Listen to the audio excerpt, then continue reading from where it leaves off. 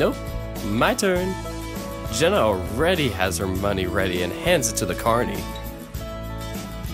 Oh ho, a little battle between the sexes, eh? Well, step right up, my fair fox maiden. How will you fare against the big bad wolf? Leo reluctantly hands the mallet to Jenna. Alright, beat 70. Jenna points the mallet at me, winking. Don't worry, Chase. I'll get that griffin for you. Leo snorts loudly, folding his arms and looking pretty annoyed. Good luck. I was hitting that thing as... Before he could finish, Jenna raises the mallet into the air and puts it into a graceful swing. It's as if she were chopping wood as she brings it down hard into the rubber pad. It lands precisely and cleanly, in sharp contrast with Leo's sloppy hits. I stare. Leo stares. The carny stares. Jenna simply raises her paws in the air. Yay! A few onlookers look around and cheer. Oh my, the fair fox has won. Come over and pick your prize. He glances at Leo. Sorry, buddy. The carny shoots a sympathetic but also amused smile Leo's way before turning to the onlookers. See that? A female fox half the size of this male wolf has rung the bell. Could one of you be next? Leo looks mortified, but quickly changes his expression to a sheepish grin. He doesn't seem to want to look at me. Good job, Jenna. Jenna bounds back to us, carrying a big stuffed griffin. Give those ones to Leo, so I can give you this. I hand the stuffed toys to Leo, who grumbles a bit as he takes them. Damn thing's rigged. Jenna hands me the griffin. Thanks, Jenna, that was really... She leans over and pecks me on the cheek. I see Leo's eyes widen as she does it, his ears standing up straight. Aw, it was nothing. Leo stands there for a few more seconds, working his jaw. Awesome. He turns away and leaves, his arms still wrapped around the giant stuffed toys. Jenna starts laughing. Jenna? Oh hush, he'll get over it. He's just so damn fun to tease. I have to agree, but not when I'm being used to do the teasing. He's still really sensitive about the whole thing. You guys talked it over, didn't you? Anyway, aren't you gay? I take a deep breath.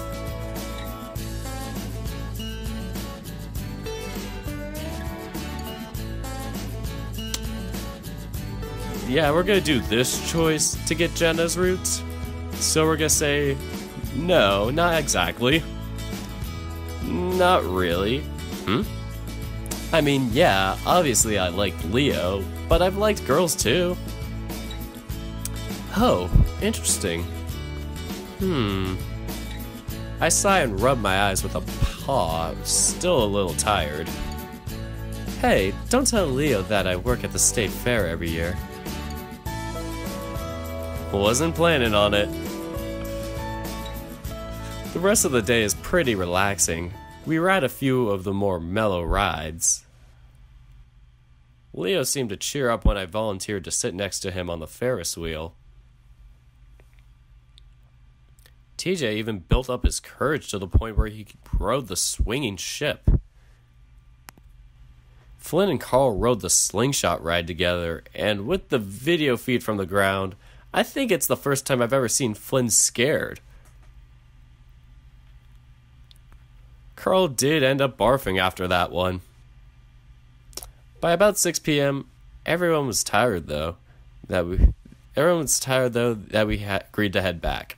I'm still exhausted, so I sleep for the half hour it takes to get back to the motel.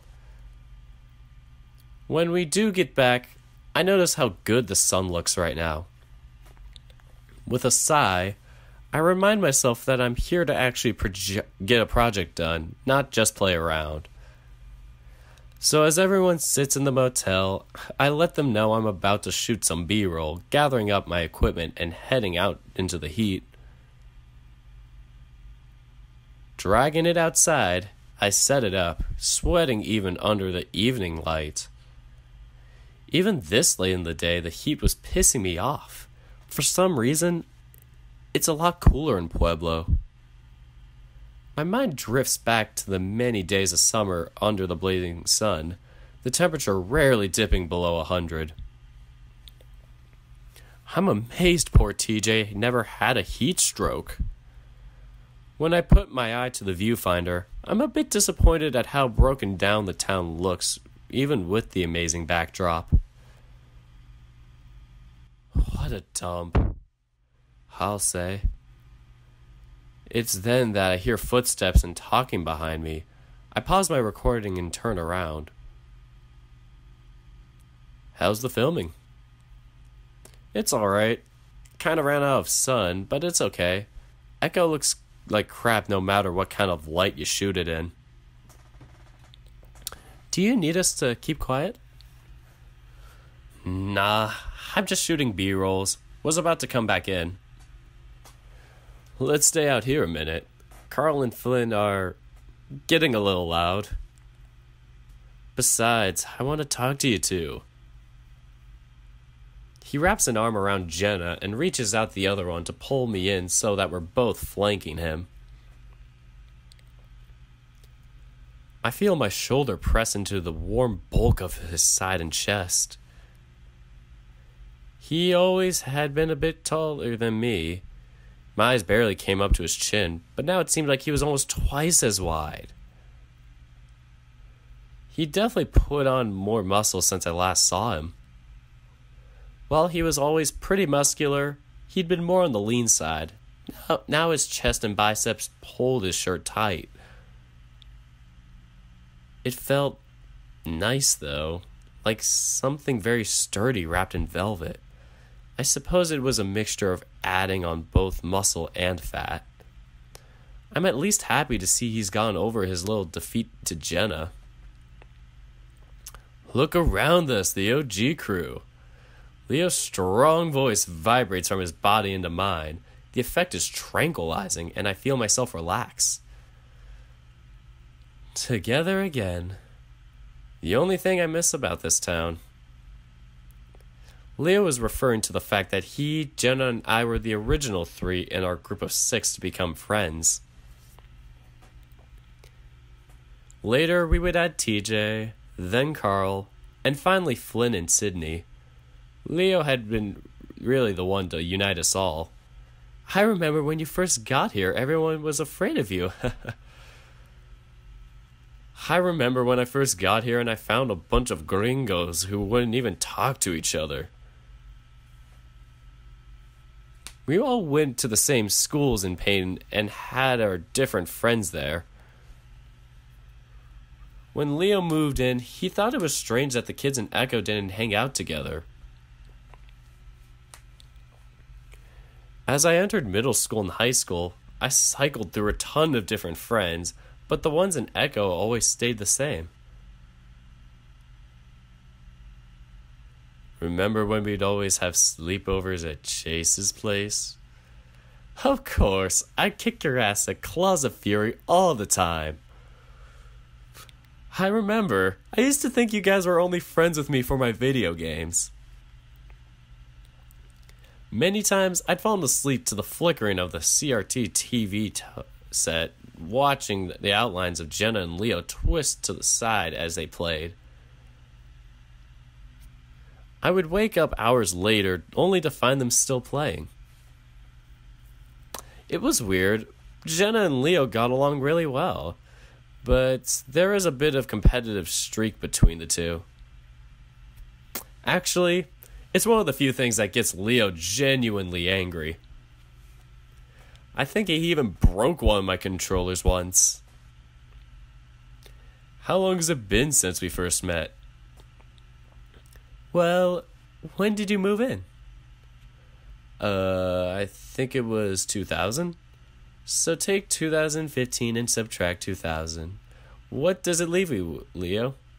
Leo looks sideways at me and smirks. There's a flash of a white canine as it appears from under his lip for a moment. You think yourself a real hotshot now that you're in college, eh?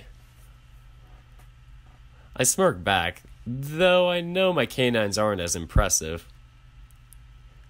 Pretty much, yeah.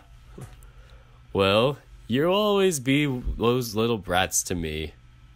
I feel Leo's wagging tail swat me in the butt. I'm not really sure how I feel about that. Speaking of which, are you two getting along over there? Jenna looks at me around Leo's broad chest. Yeah, sort of. Yeah, we haven't had many chances to hang out. Why not? Well, it's college. It's also a pretty large university. I don't even think we've ever even seen each other in passing. Yeah, things are different. But Jenna, we should do something together soon, before you graduate. Definitely. Leo still looks a little disappointed that me and Jenna aren't keeping up at the university, but I don't know why. She had her friends, I had mine, and we did talk sometimes. Jenna nudges into Leo, causing us all to sway. And speaking of that, when are you going back to Mesa? Mesa is the community college in Peyton. Leo went there a few semesters before taking a break. And by break, I mean he quit. We'll see. I'll have to talk to my parents. It's just starting to get really busy. Why don't they hire more people? You know, you would have graduated by now. You would have had your master's by now. Leo sighs. It's about committing to the family business, not the help it needs. Not the help he needs. Jenna rolls her eyes, blowing out some air and rolling the tuft of her fur on her head. Wolves and their families. You should try thinking and speaking for yourself sometime. If I hadn't done that, I'd still be stuck in that crank house. Jenna flicks her head vaguely in the direction of where she used to live. Jenna is the only one aside from Carl who has family still living in Echo. I wonder if she's going to visit them, even though I'm pretty sure I already know the answer to that. I see Leo tighten his arm around her shoulder, but she goes on without missing a beat. And you can start with our otter here. I look up, caught unaware. What? Jenna? I'm serious. Jenna puts her paw up in Leo's face, cutting him off. I am not going to spend this entire week with you asking me when or how you should do it. Let's rip off the Band-Aid now. Chase? Jenna. There's a warning tone in Leo's voice as he pins back his ears and drops his arms from our shoulders. I already know what's happening. It's been a long time coming. I take a step back and fold my arms, looking to the side. Chase, Leo has some things to say to you, and yes, it's about that. Now I'm going to head back in and make sure Carl didn't light up in the bathroom. Jenna! His tone changes to exasperation as Jenna turns on her heel and leaves. Judging by the curl in her tail, I could tell that she's pretty satisfied with what she's done. I returned my attention to the road. I couldn't really bring myself to look at him right now. We both stand there for a minute, 3 feet apart. I hear Leo scuff the ground with his foot, then sniff as dust rises up from the ground. I hear him draw in a breath a few times, as if he's going to say something, but ends up blowing it out with a sigh. We were never good at this, probably why it ended up failing like it did. Leo... I'm sorry, Chase. For what? Not talking to you about this when I should have. Talking to Jenna about it when I should have been talking to you. He reaches out and sets a paw on my shoulder, the silver anchor on his wrist glinting just a bit in the fading light. He's smiling at me, but I grit my teeth. Why are you still wearing that? His eyes flick from the bracelet, then back to my face, expression turning defensive. Why aren't you still wearing yours? Don't you remember what we said? I sigh, looking at the scattering of clouds behind Leo's head. They're tinged a soft pink from the fading sun. The sunset is almost the same color as Leo's fur.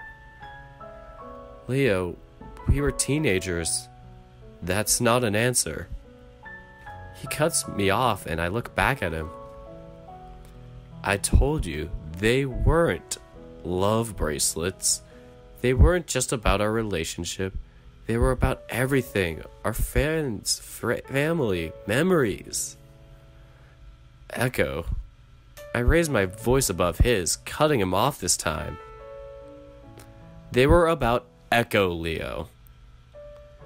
We stand there a while, and Leo's looking closely at me, expectantly, his ears tipped forward. His eyes pierce me like amber shards. It was always hard to look him in the eye during our arguments. What?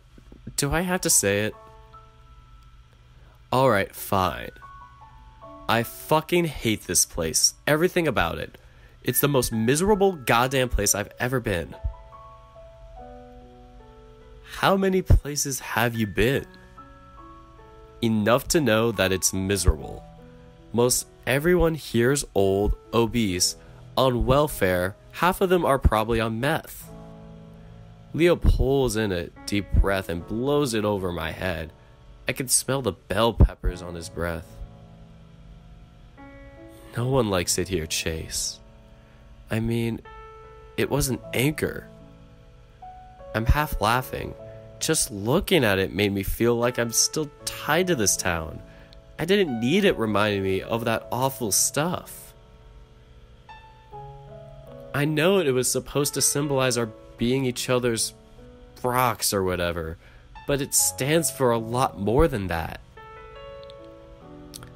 But a lot of good things happen here, too. No one should forget where they came from. Sometimes I wish I could. At this point, Leo's deflated a bit, going into a slouch, his ears lowered. Wait, you said was? You didn't get rid... No, I still have it. It's just in a drawer in my dorm room. Honestly, if it was anything else, like one of those infinity bracelets we saw, I wouldn't have trouble wearing it. Well, fuck. Why didn't you say anything when we were buying them? I didn't know it was gonna be a problem. Leo takes in a deep breath again before blowing it out, puffing out his cheeks this time. Puchika, otter. He puts a paw to his eyes and holds it there for a few seconds. It's a pose that I'm pretty familiar with. Even though I haven't seen it in a few years, I'm hit with a wave of memories, mostly of me frustrated or embarrassing Leo somehow. We decided on the anchors mostly because they looked pretty. Leo had referenced some wolf metaphor about roots and how we were always drawn back to them. Also some bullshit about how otters were great sailors, but really, it was just the aesthetic. For some reason over the years, I'd begun to associate the anchor with being stuck in Echo. It was when I started connecting the anchor to Sydney that I'd taken it off. It was too much. Anyway, Leo brings me back to the present, and I focus back on him. What I was trying to say was that I'm still not okay with how you left. Leo, I said I was sorry, and I still am, or how you stopped talking to me for a while. I was a kid. I thought I had a good tactic. Like Jenna said, rip off the band-aid, you know. We did start talking again. It was more like you punching me in the gut than kicking me in the balls. The problem was that you didn't even give me a chance to say anything, or at least tell me why before you broke it off. I stay silent for a while, then finally look up, setting my jaw. Like I said, I was young and dumb. I didn't know how to handle it. I can keep apologizing, or we can move on and make the most of this. We only have a week, and I want to have fun. Leo looks to the side, paws on hips, as if contemplating, then looks back at me with a smile. Alright, fine. But don't think you're off the hook. I still want to talk soon. Soon. Just not right now. I stand there awkwardly for a few moments, then because it feels appropriate, I step in to give him a hug. He takes it willingly and he's warm and strong. For a moment I wonder why the hell I dumped this guy. Just then, someone lays on the horn as they drive past us, pulling me out of my reverie. Fags! I lean back so I can watch the car speed down the empty road. Leo keeps holding me, though, and he just chuckles. Echo hasn't changed much, has it? Nope, it hasn't. As we are saying our goodbyes, I remind Leo that the shots I need of the lake. He says he'll talk to the other two about it after they leave. We all say our goodbyes before Leo, Carl, and Flynn take off. TJ takes his usual hour getting ready for bed while Jenna does some schoolwork. By the time I finish brushing my teeth, I'm grateful to see them both in bed. I get under the covers next to TJ and lay there for about an hour, staring at the ceiling. Slowly, I slide out from under the covers, careful not to wake TJ. Quietly, I slip my jeans on and grab my jacket before heading out the door.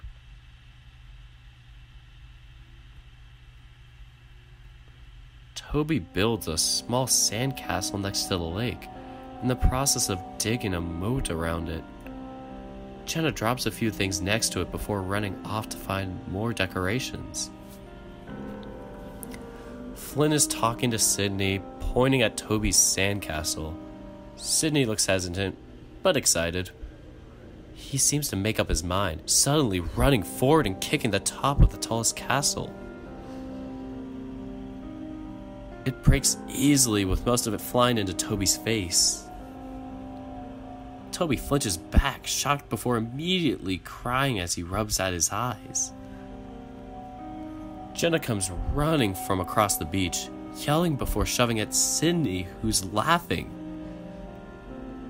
She turns to Toby, trying to help him clean his face, but the lynx pushes her away before running towards the trail back to Echo.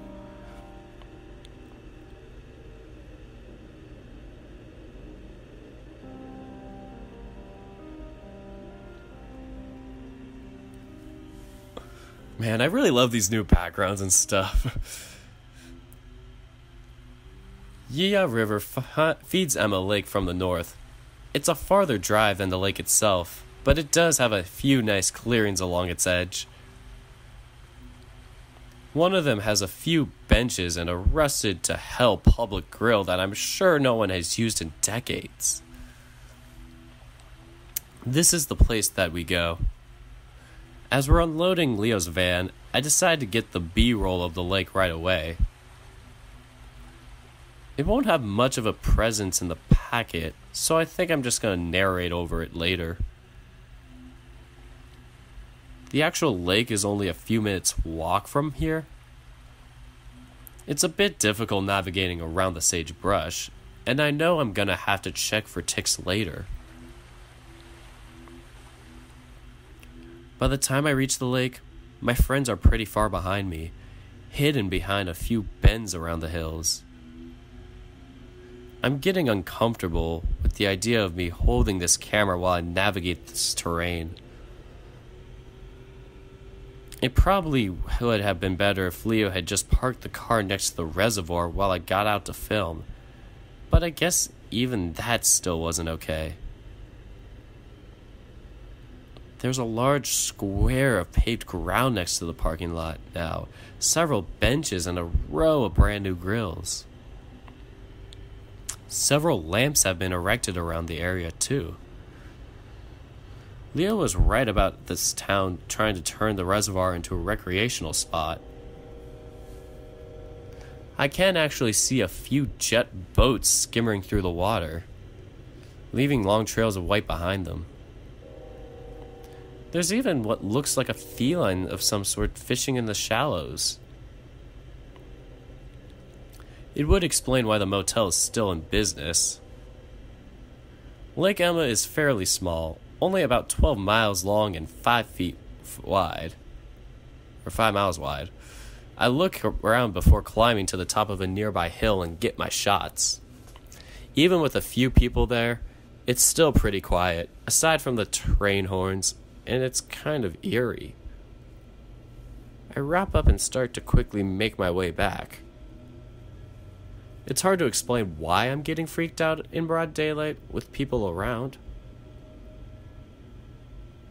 Either it's because of what happened all these years ago, or I'm just psyching myself out. I'm glad to hear my friends' voices again as I get closer. Then again, it sounds like they're fighting. Been acting like a dick all day. Be glad I came here at all. Apparently, it would have been better if you hadn't. Maybe I should just fucking leave then. It sounds a lot more serious than our usual squabbles, so I quicken my pace. They seem to quiet down a bit once they see me coming. TJ's off to the side looking out over the river, occasionally throwing a rock into it.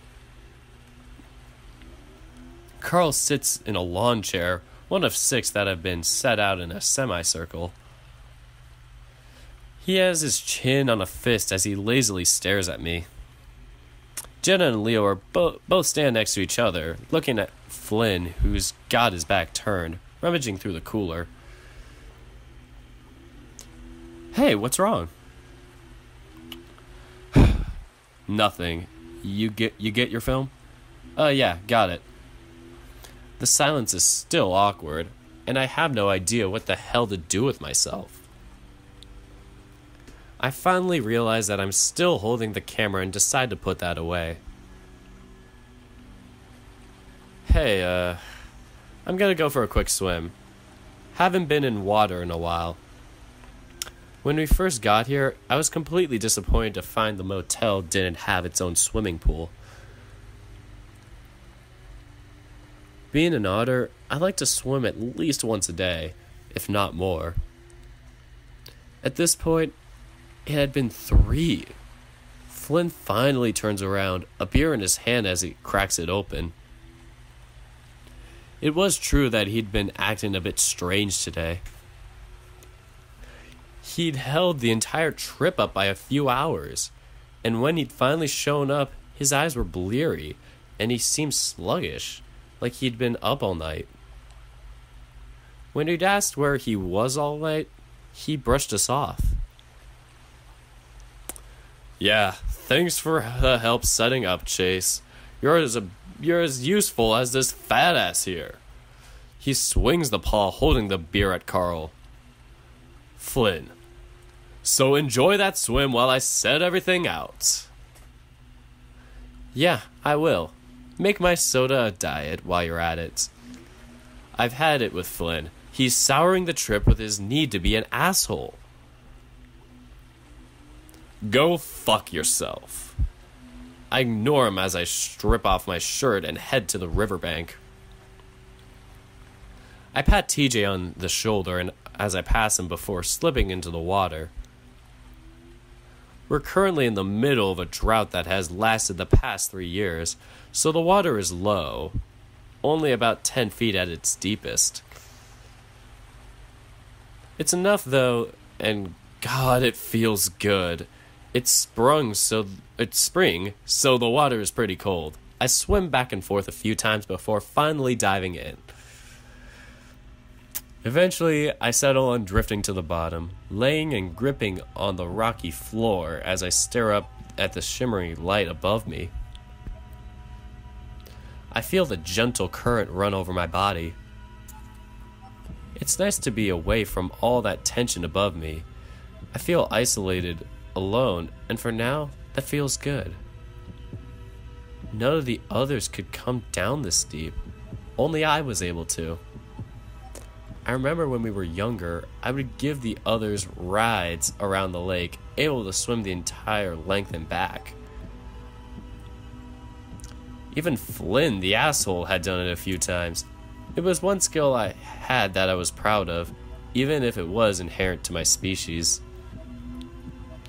It still made me somehow useful, or at least different from everyone else, in a good way. I had always felt like the odd one out in the group, as strange as it sounds.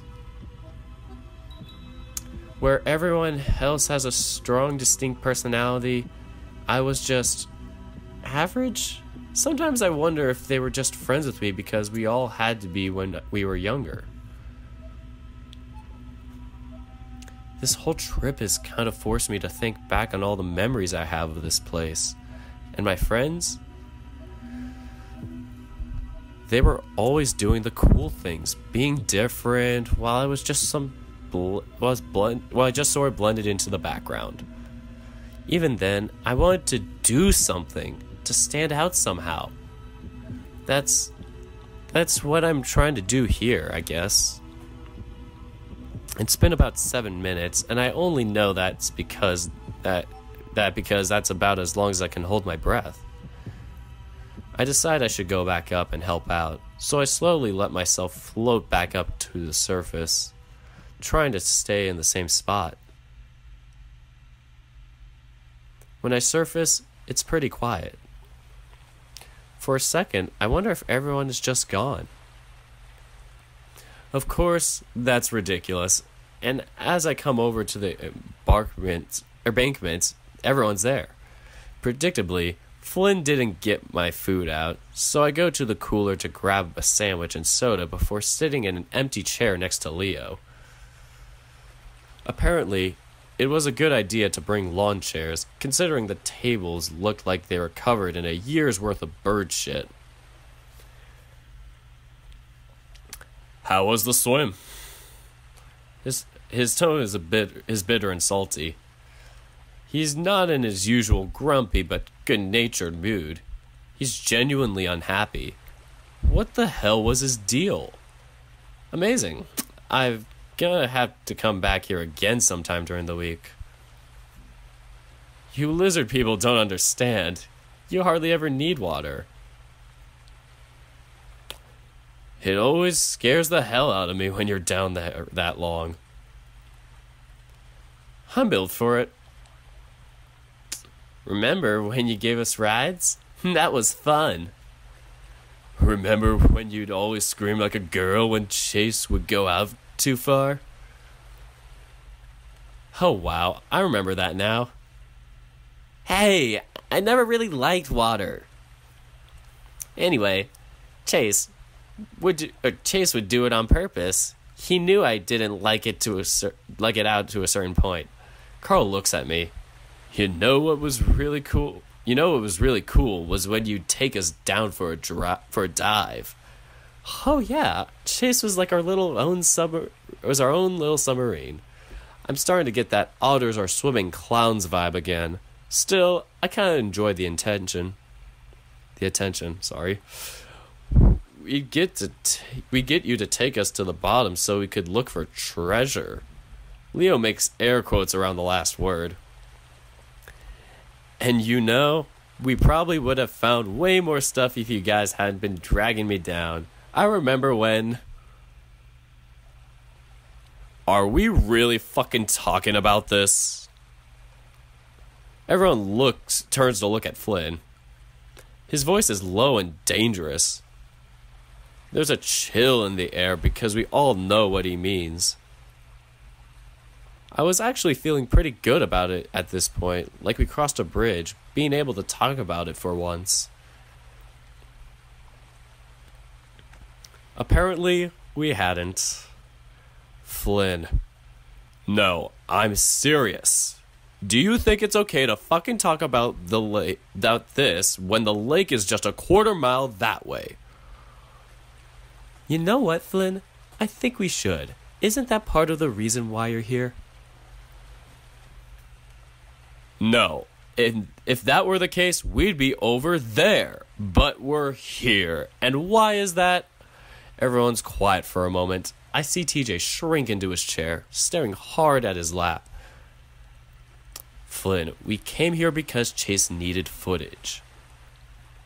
A change comes over Flynn. His face darkens and everyone senses it.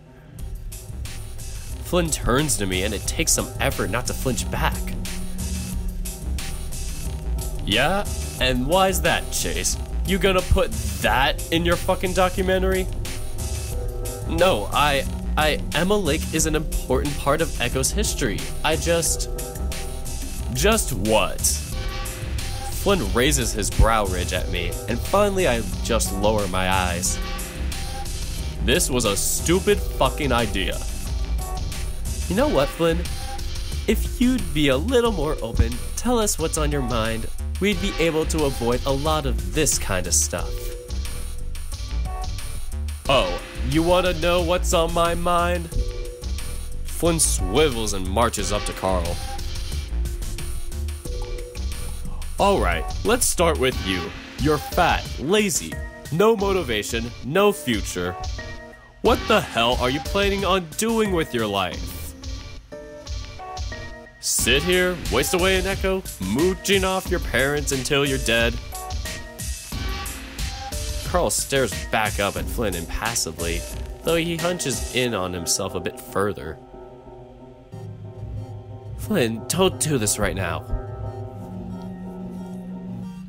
And you, thinking you're better than everyone else. I can tell you think everyone in Echo is trash.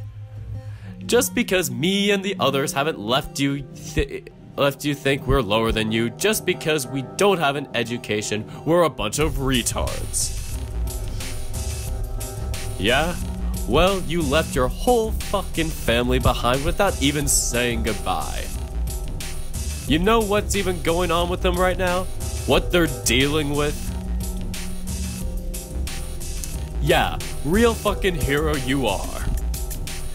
You think I... Stop it, Flynn.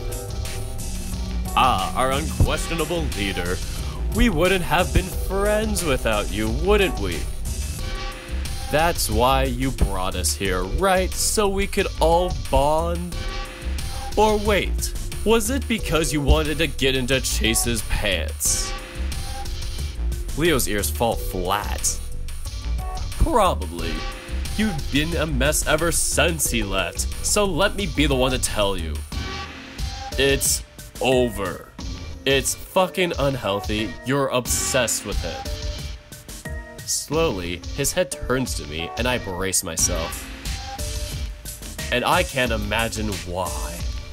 You, Chase, have the personality of a fucking rock. I wish you could see yourself.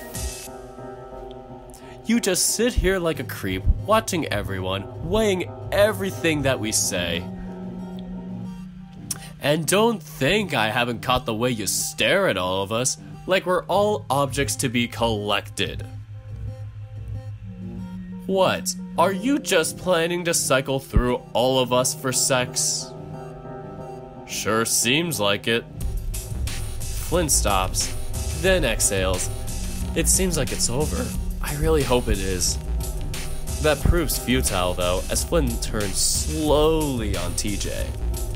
I had silently prayed that the Lynx would make a run for it while Flynn had all of his attention focused on us, but TJ looks apathetic. Like a statue, like there's no soul in him. Flynn pauses though, as if he's at a loss for what to say. Finally, what happened, TJ? Flynn! Leo stands up, and from his posture, I can tell the wolf is ready to fight. Memories are starting to flow back. TJ, Flynn, thinking he'd done something to... I stand up too. Flynn may sound like a hard ass, but physically, Leo had him beat, easily. Flynn can obviously tell that he might have a fight on his hands though, and it's clear he doesn't want that. He drops his shoulders, seeming to shrink, as if invisible strings that had been holding him up were cut. He turns to us, then gestures at TJ. I just want the truth. Can we put a stop to this today, right now? I don't think you know how much of a nightmare this has been for me. Not really knowing, TJ. TJ stares up at Flynn, muzzle set grimly. What happened to Sydney? It's dead quiet. TJ stares at his lap, not moving. Come on, let's... Flynn holds up a hand towards me, still staring at TJ. Slowly, TJ looks up. His face is stoic, still made of stone. I already told you what happened. Bullshit! Flynn steps forward, but Leo's there to grab the back of Flynn's shirt and swing him around. I dodge out of the way as Flynn is flung back to land on his ass, kicking up a big cloud of dust. Shit! Flynn, I swear to God, if you start a fight here, I'll drop your stupid ass. Everyone except TJ is standing now, staring at Flynn. Flynn sits there, glaring up at Leo, obviously weighing his chances. He seems to come up short though, as he spits to the side and stands up, brushing off his pants as he turns away. You're all okay with not knowing? Fuck all you. He turns back around, hands in his pockets, a bitter look on his face. This whole thing was stupid, Leo. We're not even friends anymore. Flynn scuffs the ground before turning and walking towards the trail that goes back to Echo. God damn it, Flynn! Fuck off. Flynn keeps walking and it's pretty clear that he isn't coming back.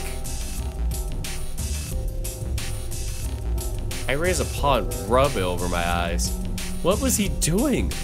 He's a passionate guy that will sometimes just explode with all of his insecurities before running away and hiding for a few days. He skewered us all like that before. That was a classic Flynn. But he was especially mean, dark. And with the part with TJ, I vaguely remember Flynn having some sort of suspicion, but that had been a long time ago. Had he been sitting on that this whole time? I look to the left and see that TJ's gone. Carl's still sitting down, but now it looks like he's pulling out a joint. Leo's walking off down another trail, cursing while Jenna follows him. I stand there next to my chair, undecided. Alright, so this is what gets us up to the decision for our route. And so, I'm gonna start our route for Jenna in the next episode. I was about to say next time, I don't know. This has been one full take, split into 3 segments. Ugh, I'm pulling off what I did for the first episode of Tennis Ace all over again. Oh my goodness. But yeah, this is all for now, and we'll start Jenna's route next time. So that means trying to suspend you guys even longer. Sorry. Take care, guys.